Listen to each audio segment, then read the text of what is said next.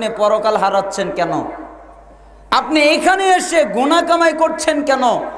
শোনেন, আপনি এখানে বসে কিছু খাবেন, শরীয়ত আপনাকে এক নেকি দেবে, এই মর্মে আমার কোনো হাদিস জানা নেই, এই মর্মে আমার কোনো আয়াত জানা নেই যে আপনি এক নেকি পাবেন। অতএব আপনি কিছু খেতে পারবেন না, না পানি খাবেন, না খাদ্য খাবেন, না চা খাবেন, না বাদাম খাবেন, না বুট খাবেন, না কালাই খাবেন, কিছুই খেতে পারবেন না। মনোযোগ দিয়ে আপনাকে আলোচনা শুনতে হবে। যদি আপনি তা করেন, 3, যতক্ষণ পর্যন্ত আলোচনা শেষ না হয়, শেষ বৈঠকের দোয়া পাঠ করা না হয়, ততক্ষণ পর্যন্ত বসে থাকে। অর্থাৎ 3টা কাজ যারা করে, 1 বসে, 2 মনোযোগ দিয়ে আলোচনা শোনে, 3 শেষ পর্যন্ত থাকে, আল্লাহ সুবহানাহু ওয়া তাআলা বলেন, হে নবী আপনি বলে দেন, কদ গফরাল্লাহু লাকুম যুনুবাকুম, আমি তাদের অতীত জীবনের যত পাপ আছে সবগুলোকে মাফ করে দিয়েছি।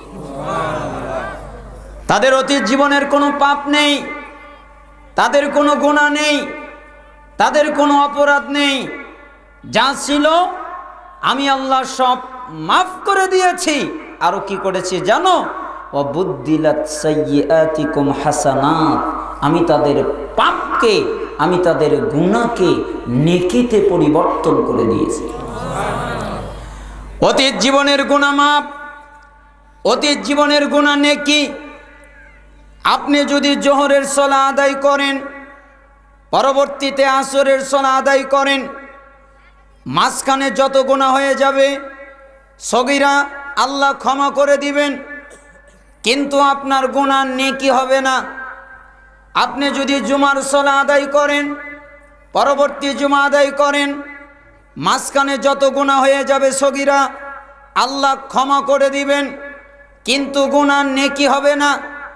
আপনি যদি রমাদানের সিয়াম পালন করেন, পরবর্তী রমাদান এসে যায়, অতঃপর সিয়াম পালন করেন, মাঝখানের যত গুনাহ আছে আল্লাহ ক্ষমা করে দিবেন, কিন্তু গুনাহ নেকি হবে না।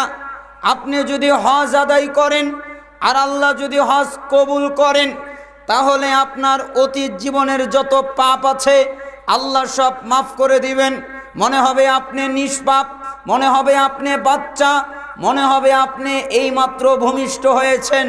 আপনি এইমাত্র ভূমিষ্ঠ হয়ে দুনিয়ায় আসলে যেরকম আপনার গুনাহ থাকে না, আপনি যদি হজ করেন আর আল্লাহ কবুল করেন, তাহলে আপনার কোনো গুনাহ থাকবে না, সব মাফ হয়ে যাবে, কিন্তু গুনাহ নেকি হবে না।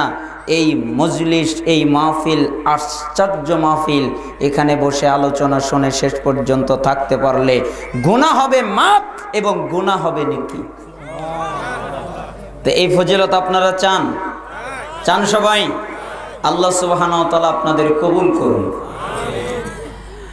আমি পবিত্র কোরআনের একটি আয়াত পাঠ করেছি, যেখানে আল্লাহ তাআলা বলেছেন, ওয়ামা আতাকুমুর রাসূলু ফাখুযু, রাসূল তোমাদের যা দেয় তোমরা তা নেও, ওয়ামা নাহাকুম আনহু ফান্তাহু, রাসূল তোমাদেরকে যা থেকে নিষেধ করেন এগুলো থেকে বিরত হও।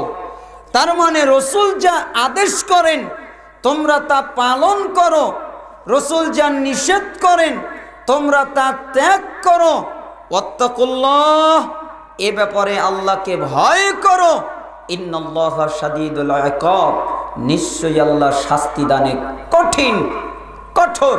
আল্লাহ শুধু দয়া করতে পারে এমনটা নয়, আল্লাহর দয়া দেখবেন। আল্লাহ সুবহানাহু ওয়া তাআলা রিয়াদুস সলিহিনের জান্নাত অধ্যায়ে হাদিসটা এসেছে, একটা লোককে জাহান্নাম থেকে বের করবেন, এই হচ্ছে জাহান্নাম থেকে বের হওয়া শেষ লোক, এরপরে আর কেউ জাহান্নাম থেকে বের হবে না। আল্লাহ সুবহানাহু ওয়া তাআলা তাকে বলবেন, বান্দা তুমি পাপ করেছিলে, গুনাহ করেছিলে, এই কারণে তুমি আযাব ভোগ করেছো, আজকে আমি তোমাকে মাফ করে দিলাম, যাও আমার জান্নাতে প্রবেশ করো, আমার জান্নাতে ঢুকে যাও। তখন ওই লোকটা আল্লাহকে বলবে, আল্লাহ আমি যে জান্নাতে যাব, আমার জন্য কি জান্নাতে জায়গা বরাদ্দ আছে? তার মানে ওর ধারণা কি জান্নাত বুক হয়ে গেছে, আমি শেষ, আমি যদি জান্নাতে যাই থাকবো কোথায়? আমার জন্য কি জায়গা আছে? আল্লাহ সুবহানাহু ওয়া তাআলা হেসে দিলেন, অতঃপর বললেন, হে আমার বান্দা, তোমার দেশে কি রাজা বাদশা ছিল? জি আল্লাহ ছিল। আচ্ছা বলো তো, তোমার দেশের রাজা বাদশার রাজার রাজত্ব কত বড়? অনেক বড়। আচ্ছা যাও, তোমার রাজার রাজত্ব যত বড়, আমি আল্লাহ তোমাকে তত বড় জান্নাত দিব। তুমি কি খুশি হয়ে গেছো? আল্লাহ, আমি খুশি হয়ে গেছি। বান্দা আমার শোনো, আমি তোমাকে রাজার রাজত্ব দিব। এটাকে জোড়া করলে যা হয় তা দিব, এটাকে একসাথে করে জোড়া করলে যা হয় তার ডাবল দিব, এটাকে একসাথে করে জোড়া করলে যা হয় তার ডাবল দিব। যাও বান্দা, আমি তোমাকে পৃথিবীর 10 পৃথিবীর সমান একটা জান্নাত দিব। কয় পৃথিবীর সমান? 10 পৃথিবী। আর সালাফরা বলতেন জান্নাত 10 পৃথিবীর সমান। একথা ঠিক নয়, একথা ভুল। সবচেয়ে ছোট জান্নাত, সবচেয়ে ক্ষুদ্র জান্নাত, সবচেয়ে কম নিয়ামত, সবচেয়ে অল্প জান্নাত, এটার পরিমাণ হলো 10 দুনিয়ার সমান। রাসূল সাল্লাল্লাহু আলাইহি ওয়াসাল্লাম বলেন, মুসা আলাইহিস সালাম এই বাক্যটা শুনে অবাক হয়ে গেলেন। তাই তিনি আল্লাহকে বললেন, আল্লাহ, আপনার এই বান্দার জান্নাত যদি এটা হয় 10 দুনিয়ার সমান হয়, তাহলে আপনার নেককার বান্দা যারা তাদের জান্নাতটা কেমন? আল্লাহ তাআলা বলছেন, আমি আমার নেককার বান্দাদের জন্য যেই জান্নাত তৈরি করে রেখেছি, ওই জান্নাতের বৃক্ষ আমি আল্লাহ নিজের হাত দিয়ে লাগিয়েছি। না কোনো হাত স্পর্শ করেছে, না কোনো চক্ষু দেখেছে, না কোনো কান শ্রবণ করেছে, না কোনো অন্তর পরিকল্পনা করেছে। আমি আমার নেককার বান্দাদের জন্য এমন জান্নাত তৈরি করে রেখেছি। তার মানে আল্লাহ কত দয়ালু! সবচেয়ে ক্ষুদ্র, সবচেয়ে অল্প, সবচেয়ে ছোট জান্নাত যাকে দেবেন তা হলো 10 দুনিয়ার সমান। ওই আল্লাহ নিজেই বলছেন, আমাকে ভয় করো, আমি শাস্তিদানে কঠিন, আমি শাস্তিদানে কঠোর। অতএব রাসূল যা বলে তা তোমরা মেনে নাও, রাসূল যা নিষেধ করেন তা থেকে বিরত হও। আল্লাহ তাআলা সূরা আহজাবের 36 নম্বর আয়াতে বলেন, ওয়ামা কানা লিমুমিনিন ওয়ালা মুমিনাতিন ইযা কাদাল্লাহু ওয়া রাসূলুহু আমরান আইয়াকুনা লাহুমুল খিয়ারাতু মিন আমরিহিম ওয়া মান ইয়াসিল্লাহা ওয়া রাসূলাহু ফাকাদ দাল্লা দালালাম মুবিনা। আল্লাহ তাআলা বলেন, ঈমানদার পুরুষ, যেই পুরুষ দাবি করে আমি ঈমানদার, যেই ব্যক্তি দাবি করে আমি ঈমানদার, যেই মহিলা দাবি করে আমি ঈমানদার, যেই নারী দাবি করে আমি ঈমানদার, যেই পুরুষ দাবি করে আমি ঈমানদার, ঈমানদার পুরুষ, ঈমানদার নারী, এদেরকে যখন আল্লাহ এবং তার রাসূল কোনো কাজের আদেশ করেন, তখন ওই কাজে ভিন্নতা করার অধিকার তাদের নাই। কিসের অধিকার নাই? ভিন্নতা করার। আপনার মতো চলবেন এই অধিকার নেই, আপনার মতো বুঝবেন এই অধিকার নেই, আপনার মতো আমল করবেন এই অধিকার নেই, আপনার মতো চালচলন করবেন এই অধিকার নেই, আপনার মতো ব্যবসা করবেন এই অধিকার নেই, আপনার মতো লেনদেন করবেন এই অধিকার নেই, আপনার মতো খাবার খাবেন এই অধিকার নেই, আপনার মতো যা ইচ্ছা তাই করবেন এই অধিকার আপনাকে দেওয়া হয়নি। কেন? আপনি ঈমানদার। আপনি যদি বেঈমান হন, তাহলে মন যা চায়, চক্ষু যা চায়, আপনি তা করতে পারবেন।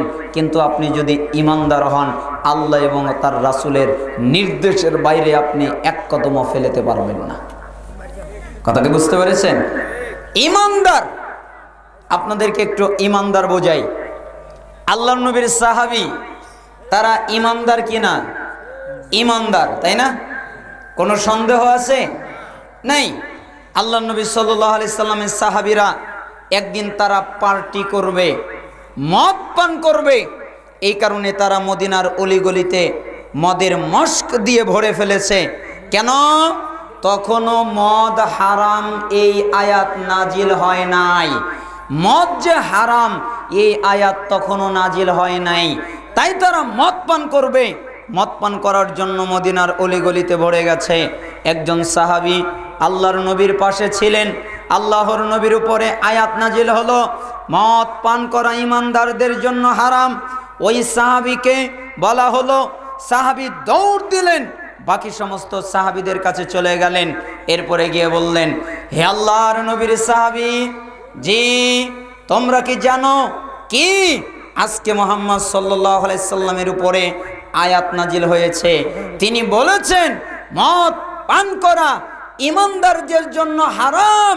আল্লাহ নবীর সাহাবীরা যখন একথা শুনতে পারলেন, তখন আর বললেন না আজকের দিন খাই কালকে ভালো হয়ে যাব, তখন আর বললেন না আজকের মতো খাই কালকে ভালো হয়ে যাব, এরকম বাক্য তারা বললেন না। তারা তাদের হাতে একটা করে লাঠি নিলেন এবং মদের মশকের উপরে একটা করে বাড়ি মারলেন, সমস্ত মদের পাত্রগুলোকে ভেঙে ফেললেন। একজন সাহাবী বর্ণনা করছেন, মনে হলো ওই দিন মদিনাতে মদের নদী প্রবাহিত হচ্ছে। এরা কারা? ঈমানদার। এরা কারা? ঈমানদার। আল্লাহর নবী সাল্লাল্লাহু আলাইহি ওয়াসাল্লাম একদিন একজন সাহাবীর কাছে গেলেন। সাহাবীর হাতে ছিল স্বর্ণের আংটি। আল্লাহর নবী তাকে বললেন, হে সাহাবী, জি তুমি যদি এই স্বর্ণের আংটি অবস্থায় মৃত্যুবরণ করো, তাহলে তুমি সফলতা লাভ করতে পারবা না, তাহলে তুমি মাপ পাবে না, ক্ষমা পাবে না। এ কথা বলে আল্লাহর নবী হাত থেকে আংটিটা খুললেন, এরপরে আংটিটা ফেলে দিলেন। আল্লাহর নবী চলে গেলেন। একটা লোক আসলো, এরপরে